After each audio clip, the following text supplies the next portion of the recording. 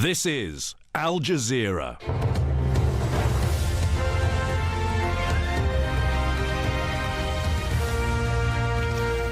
Hello and welcome. I'm Peter Dobbie. You're watching the Al Jazeera Newshour live from London. Coming up, the US House Judiciary Committee prepares to vote on whether to impeach President Donald Trump. Indian security forces shoot dead 3 protesters as they're deployed to stop unrest in Assam state over a controversial citizenship bill.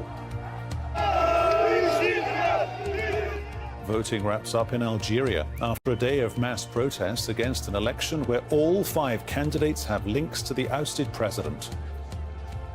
And Britain's brave cold, wet weather to vote in a deeply divisive election billed as a way out of the Brexit impasse. And I'm Peter Stemmet with all your sports as Tiger Woods captains the USA to their worst start at a President's Cup in 14 years.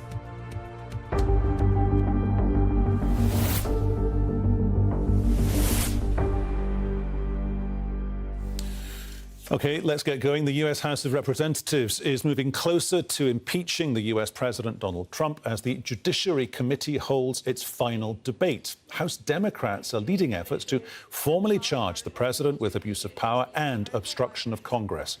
Mr. Trump's accused of withholding aid to Ukraine to pressurize it into investigating his potential White House rival, Joe Biden. Still to come here on this NewsHour, coming to you from London, Aung San Suu Kyi's final plea. She pushes for genocide claims against her country to be dismissed. And Bolivia's former president, Evo Morales, moves to Argentina, where the newly elected centre-left government has now given him asylum.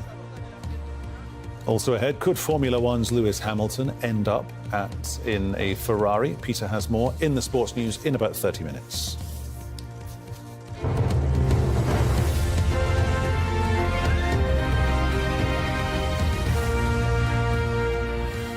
The polls have closed in Algeria after an election that's been described as a sham by protesters. For 10 months, the country has been in political turmoil with large demonstrations leading to the resignation of the long-term president Abdelaziz Bouteflika. However, protesters say the election is still not free and fair because all 5 presidential candidates are too close to the old regime. Bernard Smith has more.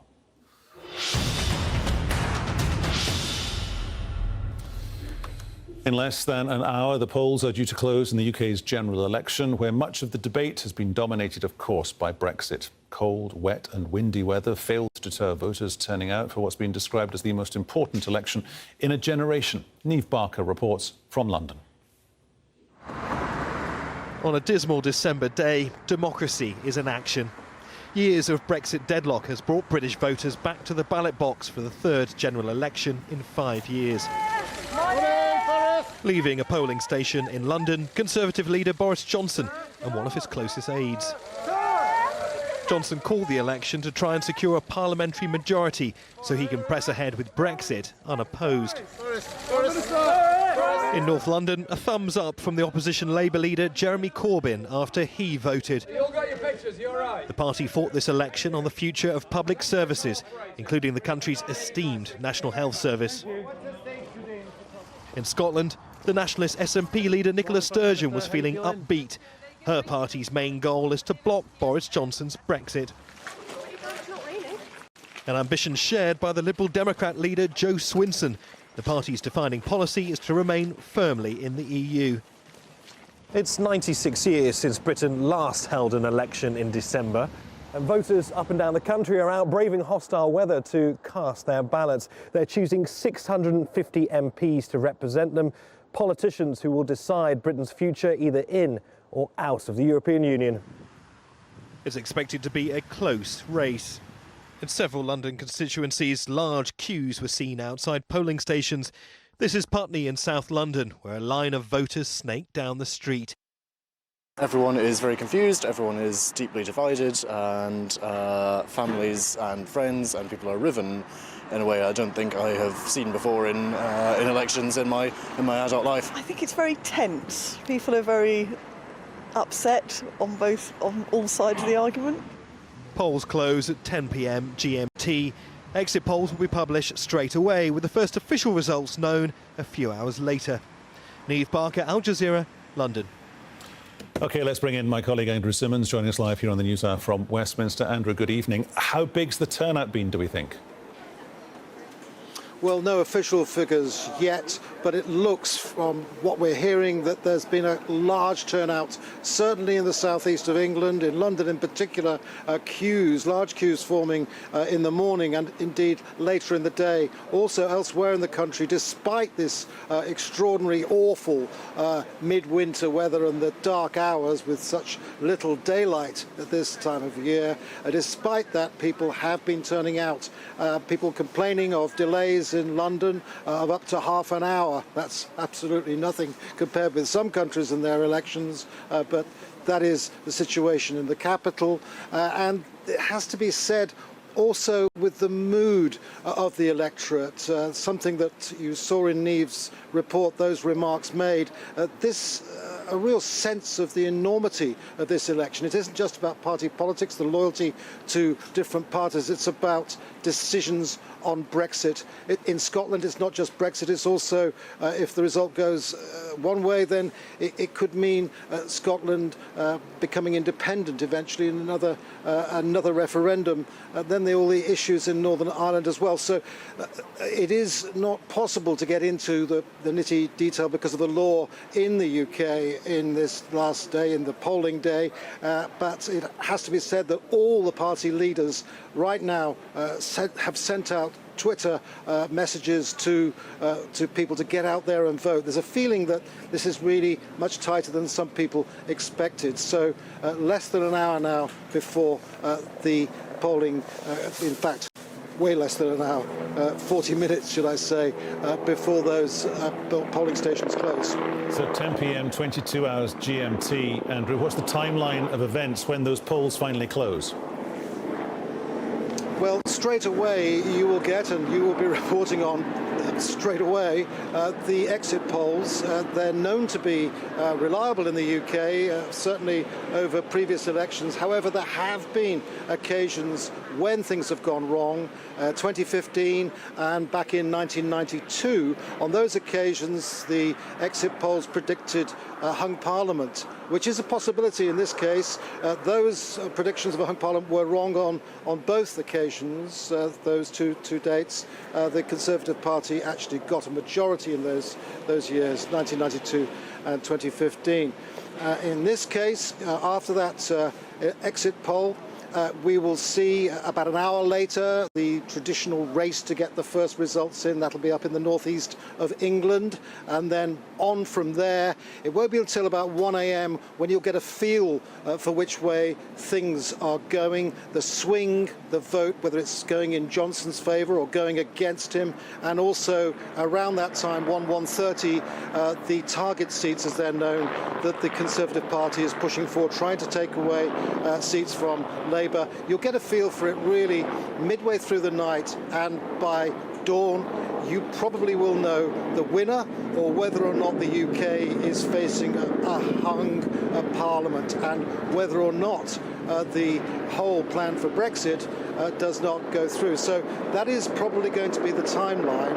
Very tense is the word, very tense indeed. And so that is where we stand right now, and we're waiting, and the minutes are going by. We're waiting. We've got, what, 27 minutes of waiting to go. Andrew, in the meantime, many thanks. And as Andrew was saying, at 22 hours GMT, when that voting ends here in the UK, we'll bring you the exit polls results as they drop. And all the results as they come in overnight will be live up and down the length and breadth of the UK from 5 GMT. Tomorrow morning, we'll have special programming at 7 and 8 GMT. Plus, we'll also have a special inside story as well here on Al Jazeera for you during the course of tomorrow, Friday. Now, the Libyan warlord Khalifa Haftar has called on his forces to advance towards the centre of Tripoli in what he's calling the final battle for the capital city. In a televised speech, Haftar said his forces would soon be victorious in taking control of this fiercely contested city. The commander launched an offensive in April to take Tripoli, but has been largely held back to the city's outskirts. We will try and go back to that reporter, if we can, before the end of the Newshour. Lots more ground still to cover for you here on the Newshour, including Chile's Congress takes a crucial vote on whether to impeach its president over human rights violations. And a recovery team begins the dangerous task of removing bodies from New Zealand's White Island. And why the return of Test cricket to Pakistan is proving frustrating. Peter has the details in about 20 minutes.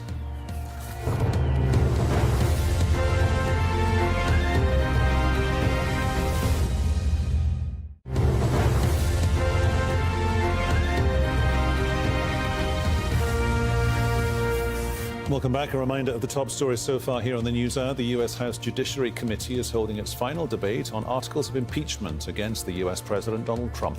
The Democratic Party is leading efforts to formally charge Mr. Trump with abuse of power and obstruction of justice. Indian security forces have shot and killed at least 2 protesters in the northeastern state of Assam. Thousands of people there are protesting against a bill that will allow citizenship to persecuted minorities from Pakistan, Bangladesh and Afghanistan, but not to Muslims. And there have been mass protests as Algerians voted in an election described as a sham by protesters. For 10 months, the country has been in political turmoil, with large demonstrations leading to the resignation of the long-term president, Abdelaziz Bouteflika. OK, let's go back to one of our earlier stories, what's going on in Libya and the warlord Khalifa Haftar calling on his forces to advance towards the centre of Tripoli. Let's talk now to... Lots more still to come here on the Al Jazeera Newshour, including why the Olympics are heading to Tahiti. Peter will explain in the sports news when we come back.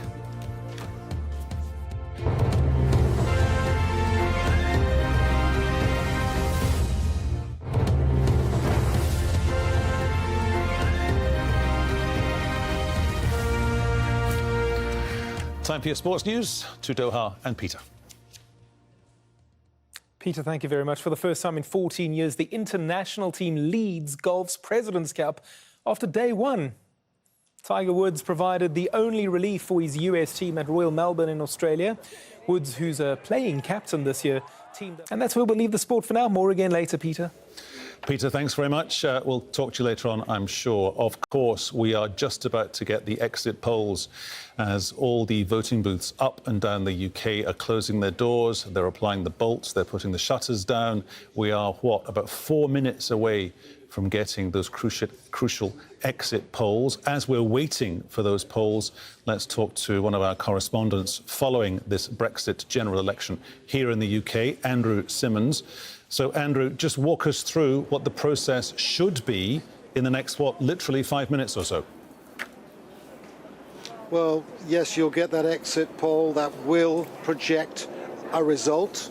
Now, normally in the UK, these exit polls are scientifically quite reliable in the sense that they will predict the result. There have been 2 occasions when there was a mistake, once in 1992 and then more recently in 2015 when there was a prediction of a hung parliament, but the Conservative Party got a working majority.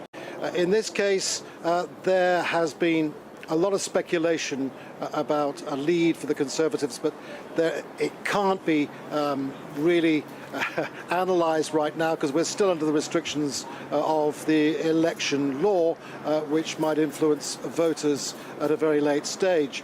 But needless to say, this is something you described as the Brexit election. Well, it's not about party loyalties, only party loyalties. It's about this big issue of the Brexit election. And beyond that, beyond coming out of Europe, in Scotland, for example, it's an even bigger, more perplexed issue where it's not just about Brexit, it's about possible Scottish independence with the main SNP party there saying that it wants a referendum on independence. It's had enough of its present situation.